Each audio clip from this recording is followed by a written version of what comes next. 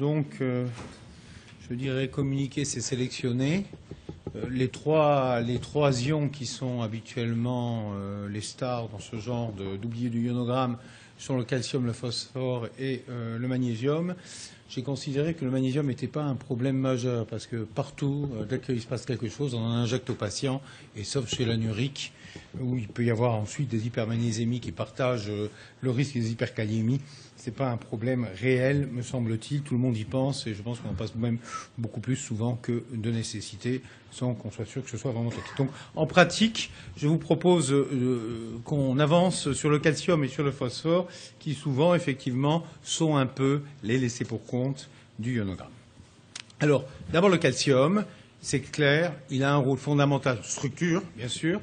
Vous savez que c'est le facteur essentiel après la fibrine dans la coagulation, puisque tous les jours, vos infirmières prélèvent des tubes où ils chélatent le calcium pour bloquer la coagulation. Et il suffit de se tourner, faire ceux qui font du préhospitalier, on sait que c'est un des moyens de contrôler les syndromes hémorragiques. Il joue un rôle dans l'excitation, le couplage excitation-contraction, et puis d'autres activités, bien sûr, qui sont décrites sur cette diapositive. Alors, en pratique, effectivement, pourquoi est-il si important? Parce que, au niveau de la dépolarisation myocardique, dès que, dans la phase initiale de repolarisation, en phase 2, ce calcium va essayer de rentrer, et je dirais que la vitesse de rentrée dépend du gradient. Et plus il y en a un intracellulaire, plus il va rentrer vite. Plus il va rentrer vite, plus le ST, donc le QT, va se raccourcir. Inversement, moins il y en a, moins il rentre vite, et plus le ST, et donc le QT s'allonge.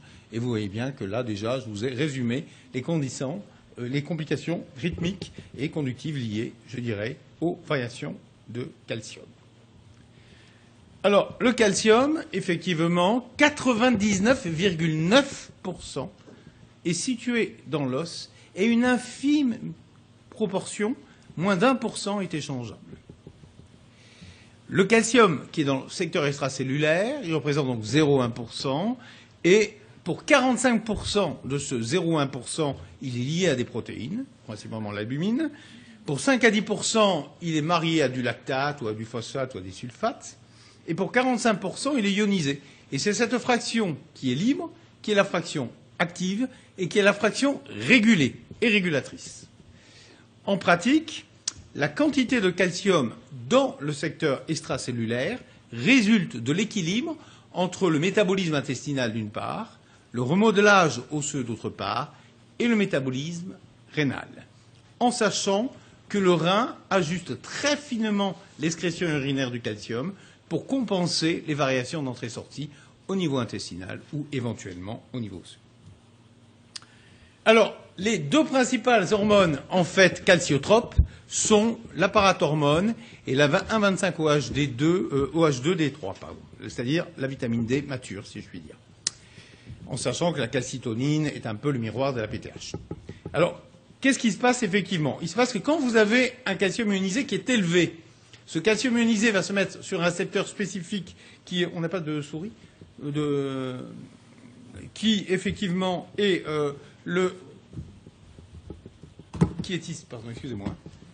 va se mettre sur ce récepteur, et en se mettant sur ce récepteur, elle bloque la synthèse et la sécrétion de parathormones.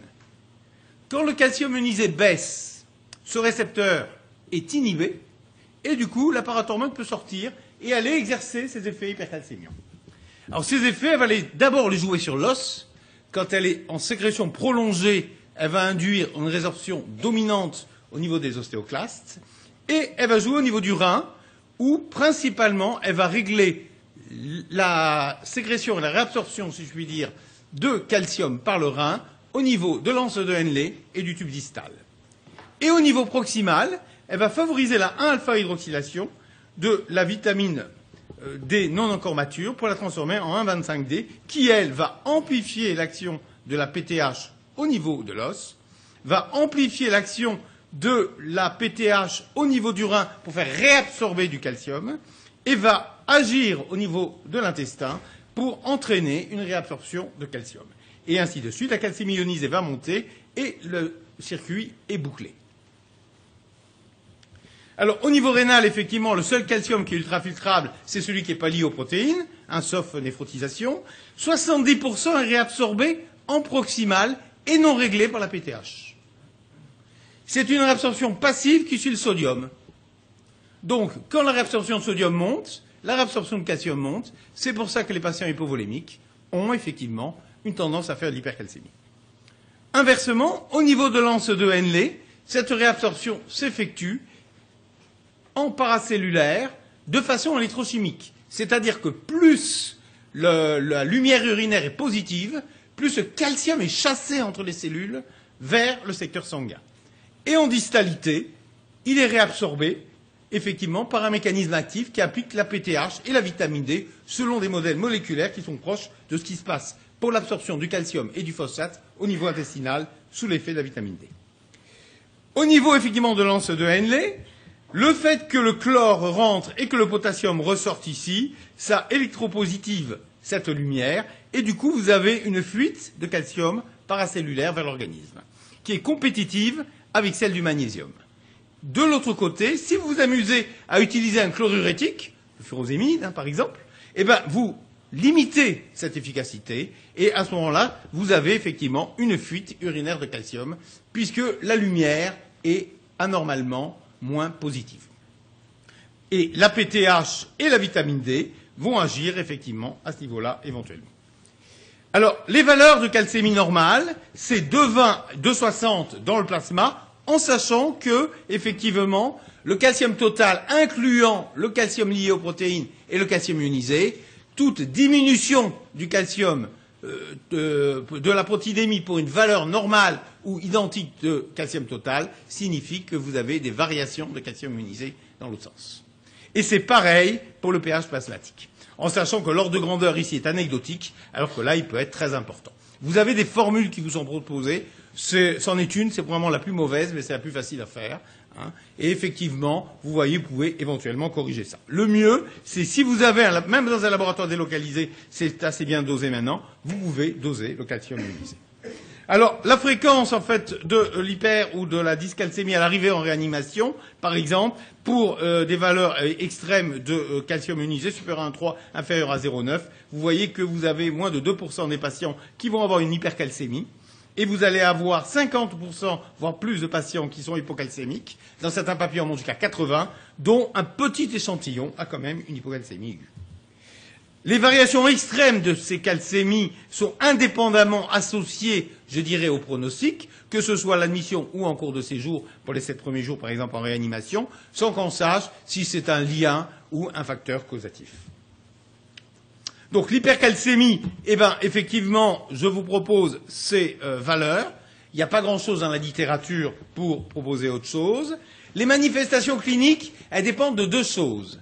D'une part, du caractère chronique ou pas de l'affection, et d'autre part, de la vitesse de constitution.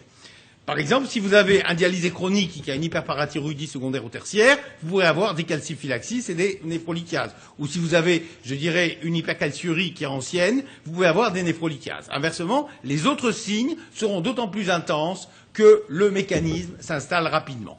Et bon, il y a des signes qui sont évidemment de domaine neuropsychiatrique et musculo-squelettique, avec au maximum même des comas.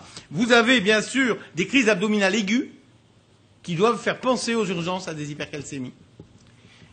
Et puis, vous avez, ce que je vous ai dit, effectivement, vous partagez au niveau des anomalies rythmiques et conductives ce que vous pouvez voir au cours d'un surdosage à la digoxine.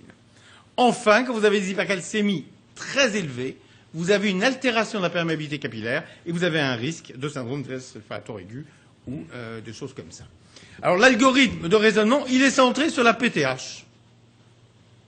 Et effectivement, si cette PTH est normale ou élevée alors que la calcémie est élevée, c'est par définition une hyperparathyroïdie, le seul diagnostic différentiel fréquent étant le lithium qui peut interférer. Vous avez la maladie du récepteur, ça c'est quelque chose qu'on voit quand même de façon très anecdotique.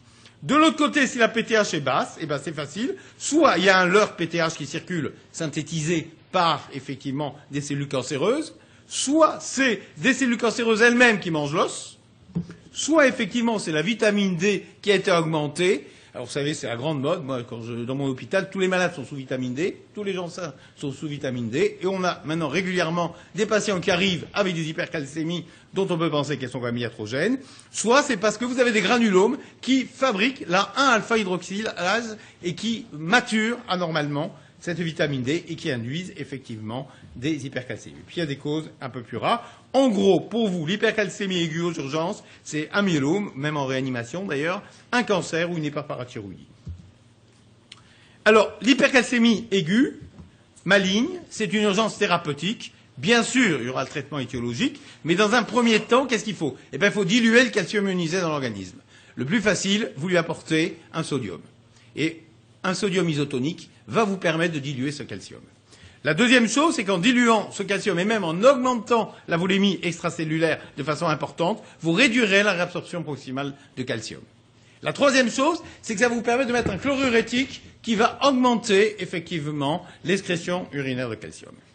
Et puis ensuite, vous allez jouer sur la résorption osseuse en utilisant ces médicaments que vous connaissez, en sachant que la calcitonine est immédiatement efficace, mais qu'elle a une tachyphylaxie dans les 12-24 heures qui suivent le début de son administration. Pour ce qui est de l'hypocalcémie, effectivement, pour les patients qui sont en réanimation, on est plus souvent confronté à ce problème à cause, je dirais, des manipulations, hypoalbuminémie, anticoagulation au citrate, infusion de bicarbonate, alcalose respiratoire. Ce travail rappelle que les formules qui sont ici sont mauvaises pour estimer la calcémie ionisée à partir de la calcémie totale et des variations de protides, et manifestement, notamment quand il y a une hypocalcémie. Les manifestations cliniques de l'hypocalcémie, eh ben, elles impliquent effectivement le système nerveux, le système musculaire, l'appareil cardiovasculaire pour des raisons que je vous ai présentées, et il peut y avoir des dysautonomies neurovégétatives. Je ne vais pas vous faire un catalogue d'étiologie, mais en gros, l'hypocalcémie aiguë, eh ben, c'est effectivement une des grandes causes, c'est la parathyroïdectomie chirurgicale qui n'a pas été suffisamment compensée, et ça, il faut y penser. Il y a le déficit en vitamine D, effectivement, qui peut être induit par des médicaments qui interfèrent avec le foie, par des mécanismes de compétition. Il y a effectivement le fait que, quand vous avez une hyperphosphorémie, vous allez faire sécréter une hormone par l'os qui s'appelle le FGF23, qui va obliger qui va inhiber, je dirais, la vitamine D dans sa synthèse. Et enfin, vous avez les phénomènes de chélation qu'on trouve notamment lorsqu'on utilise de fortes doses de citrate. Vous avez ici les médicaments qui peuvent interférer avec le calcium et induire des hypocalcémies par les différents mécanismes. Le traitement de l'hypocalcémie, attention en cas d'hypocalémie, c'est un cocktail explosif, si vous me apportez du calcium à ce moment-là. Attention à l'hyperphosphorémie, vous fabriquerez de la craie, et bon, le malade n'a pas forcément besoin. Attention s'il y a des surdosages en digitalique. Faut-il supplémenter systématiquement une hypocalcémie symptomatique, non symptomatique, j'ai bien dit. La réponse est non. Il y a cette Cochrane qui a été publiée avec 2 petites études en 2009. Il y a ce travail plus récent qui montre que chez les patients, par exemple, de réanimation, si on met 1 gramme de gluconate de calcium tous les jours, au bout de 3-4 jours, chez 24% d'entre eux, on n'a pas corrigé la calcémie. Et dans tous les cas, qu'on ait ou pas corrigé la calcémie, dans le groupe qui est corrigé, de toute façon, il n'y aura pas d'amélioration de l'effet. Donc, a priori, on traite le malade et pas la biologie. L'hypocalcémie sévère, effectivement, si elle est symptomatique, là, on va pouvoir la supplémenter. Vous avez des sels différents. Certains sont acidifiants, d'autres alcalinisants. D'accord ? Ils ont des quantités de calcium éléments qui sont différents, donc sachez-le quand vous le prescrivez. Pensez également que c'est très hypertonique et que ça peut abîmer les veines. Donc il faut le diluer. Passez-le lentement, sauf dans, bien sûr, les situations d'hypercalémie. Alors, le phosphore, très rapidement, rôle de structure, c'est surtout, grâce à Bruno Lévy, on peut aller vite. Vous avez bien compris que dans ATP, il y a P, donc c'est lui. Sa répartition, elle est osseuse de façon prédominante et il met en jeu les mêmes effecteurs pour sa régulation, si je puis dire, en termes d'organes que le calcium. Ce qu'on dose, c'est celui qui est ionique. Il a un rôle déterminant également, vous le savez, dans l'équilibre tampon.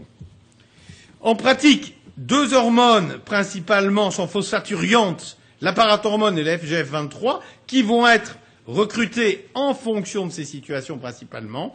Le calcitriol favorisant, lui, d'un côté l'absorption intestinale de phosphore et de l'autre côté sa réabsorption rénale. Au niveau du rein, effectivement, ce phosphore, à 80%, il est réabsorbé au proximal et de façon coûteuse au niveau énergétique par cette machinerie cellulaire. Et au-delà d'un certain seuil, il est pissé linéairement, c'est ce qu'on appelle le TM, que vous pouvez calculer. Il y a des formules pour ça. C'est surtout, je dirais, à ce niveau-là, plutôt de la science. Quand vous avez une hyperphosphorémie, à quoi faut-il penser? Eh bien, il faut penser au catabolisme. Hyperphosphorémie, pour vous, c'est pas normal. Et a priori, si le patient n'est pas un dialysé chronique, c'est clair qu'il a cassé et il casse des cellules. Vous devez penser rhabdomyolyse, syndrome de Lise. D'accord? Et puis après, vous avez d'autres hypothèses étiologiques. Si le rein marche, a priori, et que ce n'est pas un syndrome de Lise, une tumeur à doublement rapide, vous allez vous en sortir avec un isotonique et en emballant la diurèse. Si inversement, ou le rein ne marche pas, ou c'est un syndrome de Lise lié à une tumeur à développement très rapide, probablement vous serez en devoir d'utiliser une technique de dialyse intermittente, puisque c'est un tout petit anion. L'hypophosphorémie, maintenant, dans l'autre sens. Alors là, effectivement, ça a des conséquences probablement plus importantes au niveau symptomatique percé. C'est assez fréquent, 8% des admissions en réanimation, un quart des patients dans la première semaine. Manifestement, effectivement, dans ce travail récent, ce qui est intéressant, c'est de voir que l'hypophosphorémie est principalement d'origine rénale et non liée aux paramètres hormonémiques que je vous ai décrits. On ne sait pas bien à quoi c'est dû à la lecture de ce travail. Elle peut être très symptomatique, puisque déficit en phosphore, déficit en énergie, le poumon se fatigue, le sevrage avec, il y a des problèmes au niveau cardiaque, il y a des problèmes rythmiques, et ça peut être effectivement un vrai problème. La principale étiologie de l'hypophosphorémie à laquelle vous devez penser si vous avez un patient dénutri chez lequel vous avez commencé une alimentation, c'est le syndrome de renutrition. Ne l'oubliez pas, ça peut avoir des conséquences dramatiques. Après, effectivement, glucose-insuline, ça fait rentrer le phosphore dans les cellules, et ça induit une hypophosphorémie. Vous avez également d'autres causes. Quand vous emballez les diurèses, pensez-y, pensez toujours au magnésium, il y a une phosphaturée obligatoire.